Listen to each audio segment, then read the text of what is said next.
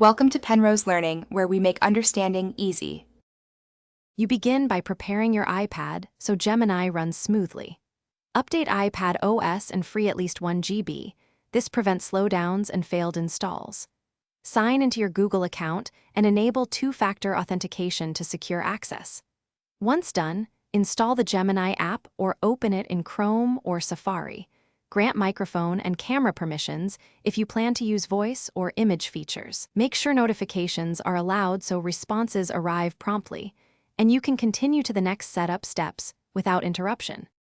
Now you configure Gemini's features and start interacting. Select voice or text input. Test microphone sensitivity under settings so commands register cleanly.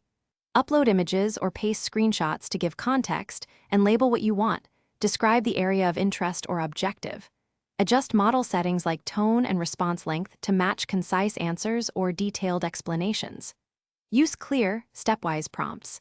Tell Gemini what to do, include examples, and request formats such as lists or code blocks to get usable outputs immediately. Finish by saving useful outputs and ensuring repeatable results. Export important responses to notes or save as PDF so you can reference them offline. If Gemini behaves oddly, restart the app, clear its cache, or reinstall. This resolves most corrupted state issues. Make sure microphone, camera, and storage permissions remain enabled. If responses are slow or failing, verify your Wi-Fi or switch to cellular.